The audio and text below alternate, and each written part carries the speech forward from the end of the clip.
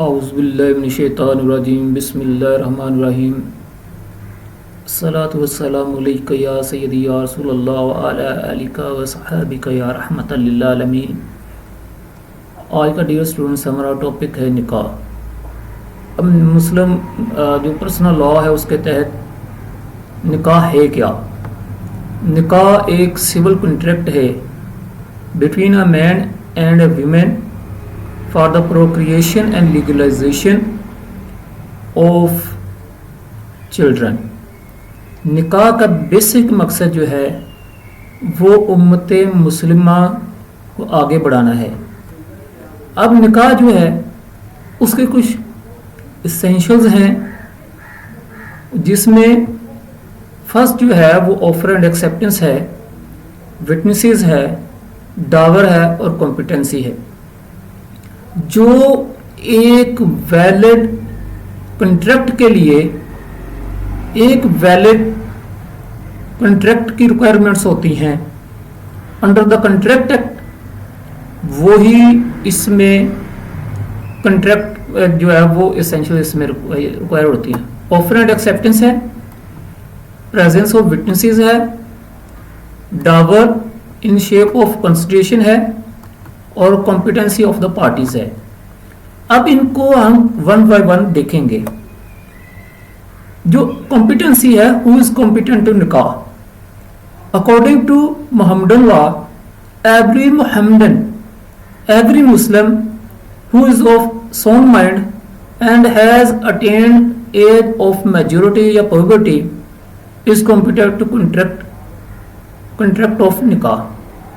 अब उसमें जो मुस्लिम पर्सनल लॉ है उसके तहत एज ऑफ मेजॉरिटी क्या है। इन अब्सेंस ऑफ एविडेंस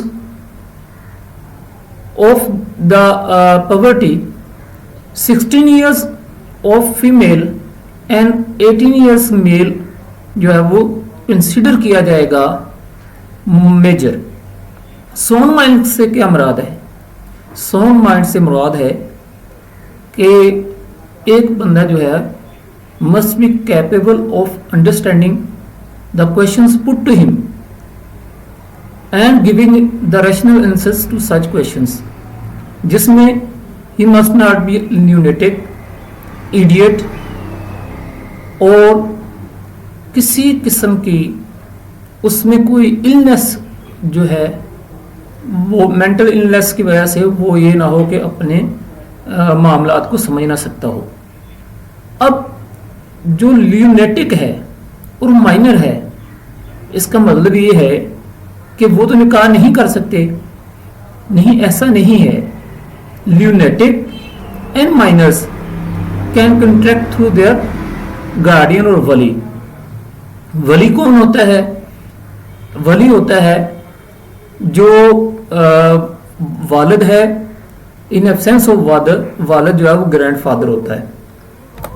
अब ऑफर एंड एक्सेप्टेंस जो है वो जरूरी एलिमेंट्स हैं ऑफ निकाह। एक तरफ से ऑफर होगी, प्रपोजल होगी, दूसरी तरफ से उसको एक्सेप्टेंस होगी, तब जाके वो एक ऑफर एंड एक्सेप्टेंस वैलिड होगी।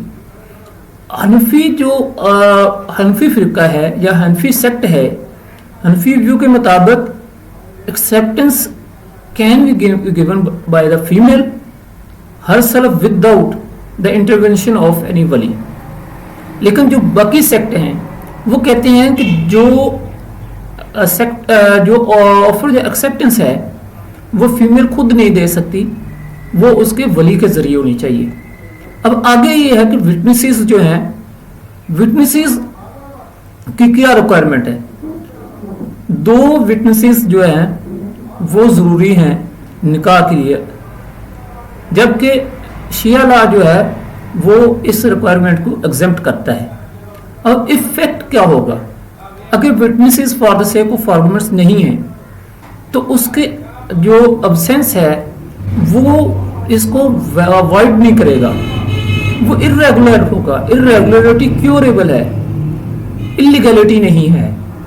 तो इर्रेगुलर मैरिज जो है वो होगी, वाइल्ड मैरिज नहीं होगी।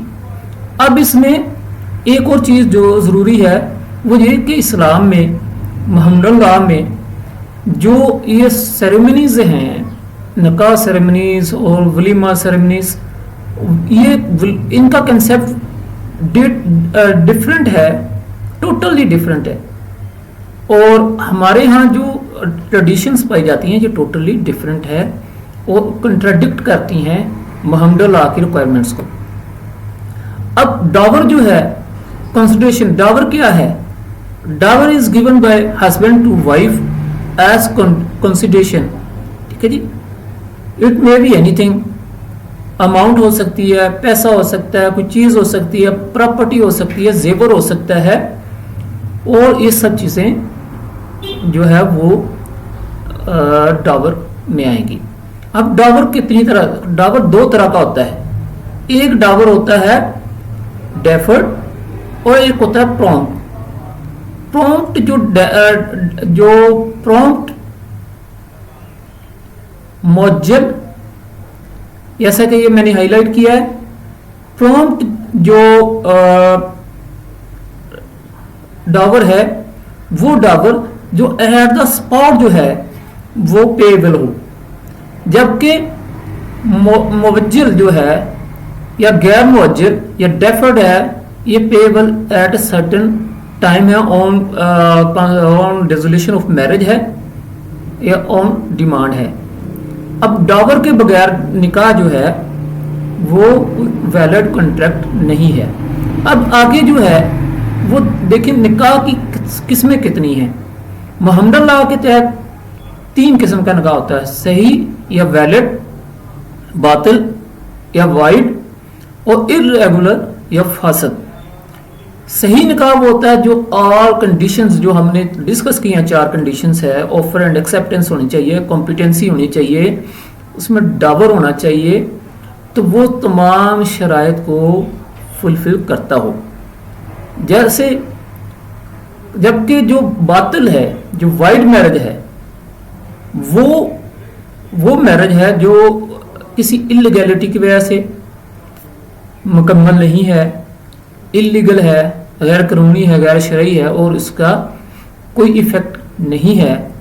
इसमें ये 4 चीजें हैं जो हों तो जो निकाह है वो बातिल तस्वर होगा।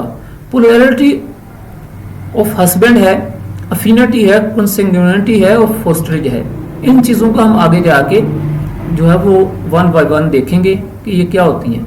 जब जो इर्रेगुलर जो निकाह है उसमें इद्दत, ड्यूरिंग द पीरियड ऑफ इद्दत निकाह है, डिफरेंस ऑफ रिलीजन है, एब्सेंस ऑफ विटनेसेस है, नंबर ऑफ वाइफ्स अगर 4 से एक्सीड कर जाएं at a time, unlawful conjunction. Unlawful conjunction क्या है ये भी हम आगे जाके पढ़ेंगे। अब ये हमारे पास चार्ट है जो वाइड जब बातिल निकाह का, सॉरी इधर जो डी है ये डी है, तो ये गलती से लिखा गया, ये डी है। अफिनिटी है, रिलेटिव ऑफ हस्बैंड है, फोस्टेज है, कंसंग्युइनिटी है। ठीक है जी। अब देखिए कंसंग्युइनिटी क्या है। जो कंसंग्युइनिटी ये है कि man is prohibited from marrying his mother, grandmother, daughter, sister. और अफिनिटी ये है कि जो मैन है, a man is prohibited from marrying his wife's mother, grandmother, wife's daughter, granddaughter, wife of his father और grandfather, और wife of his son और grand son. तो ये एक सूरत हाल उसकी अफिनिटी की है। जबकि ये इर्रेगुलर मैरिज जो है, अब थोड़ा सा पीछे चलेंगे तो आप देखेंगे कि प्लूरलिटी ऑफ हस्बैंड क्या है कि एक औरत जो है प्लूरल से बना है, प्लूरलिटी कि एक हस्बैंड जो है वो एक से ज्यादा एक वाइफ जो है एक से ज्यादा खावन से एक एट ए टाइम शादी नहीं कर सकती। अगर करेगी तो वो वाइड होगी। ठीक है जी। अब आगे है जो इर्रेगुलर मैरिज है, वो है अनलॉफुल कंजंक्शन है, अब्सेंस ऑफ विटनेसेस है, ड्यूरिंग द इद्दत पीरियड है, नंबर ऑफ वाइफ्स है और डिफरेंस ऑफ रिलीजन है।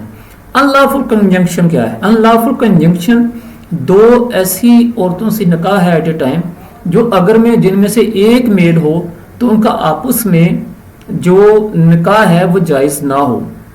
ठीक है जी, जैसे दो सगी बहनों से निकाह है तो वो निकाह जो है वो क्या होगा, वो इरेगुलर होगा, वाइड नहीं होगा। उनमें से दोनों में से एक को तलाक दे देगा तो दूसरी जो बच जाएगी उससे निकाह जायज हो जाएगा। डिफरेंस ऑफ रिलीजन है, अगर मुस्लिम जो फीमेल है नॉन मुस्लिम जो बंदे से शादी करती है तो वो इरेगुलर मैरिज होगी। और उसमें यह है कि जब वो मुसलमान हो जाएगा उसका हस्बैंड तो वो वैलिड निकाह हो जाएगा। एब्सेंस ऑफ विटनेसेस हैं तो वो एब्सेंस ऑफ विटनेसेस जो है वो एक इरेगुलरिटी है जो बाद में क्योर की जा सकती है। बाद में वो विटनेसेस के सामने इकबाल किया जा सकता है, इस निकाह का इतराफ़ किया जा सकता है। ड्यूरिंग द पीरियड ऑफ इद्दत अगर वो कोई निकाह करता है तो वो निकाह भी जो है वो इरेगुलर होगा और जो after the completion of iddat period जो है वो वैलिड हो जाएगा। नंबर ऑफ वाइफ्स हैं तो नंबर ऑफ वाइफ्स जो हैं वो एट ए टाइम जो है वो एक बंदा जो है वो कर सकता है, सॉरी थोड़ा सा मिसप्लेस हो गया जी। ये नंबर ऑफ वाइफ्स जो हैं वो इस्लाम के मुताबिक 4 बीवियां एट ए टाइम बंदा रख सकता है, एक निकाह कर सकता है। अगर वो 5वीं को कर लेता है तो वो इरेगुलर होगी। हाँ, अगर वो पहली में से 4 में से किसी एक को तलाक दे दे या कोई फोत हो जाए तो 5वीं जो है वो जायज हो जाएगी। अब इसमें यह है कि इसका इफेक्ट क्या होगा। इरेगुलर और वाइड मैरिज कोई लीगल राइट क्रिएट नहीं करेगा। वाइड मैरिज तो वैसे ही वाइड रहेगी। इरेगुलर मैरिज जब तक उसकी इरेगुलरिटी दूर नहीं हो जाती तो वो जो है वो वैलिड नहीं होगी और इनके नतीजे में पैदा होने वाला बच्चा जो है वो लीगल तसव्वुर नहीं होगा। उसका वो 128 कानूनी शहादत ऑर्डर 1984 के तहत जो है वो लेजिटिमेसी एक अलहदा चैप्टर है जिसको हम बाद में देखेंगे। अब ये है कि शादी को प्रूव कैसे किया जाएगा, by production of witnesses, by admission, by conduct of parties. Conduct of parties से कैसे कि एक पार्टी जो है वो दोनों हस्बैंड एंड वाइफ की तरह अरसा दराज से रह रहे हैं तो वो प्रिज्यूम किया जाएगा कि ये हस्बैंड एंड वाइफ हैं।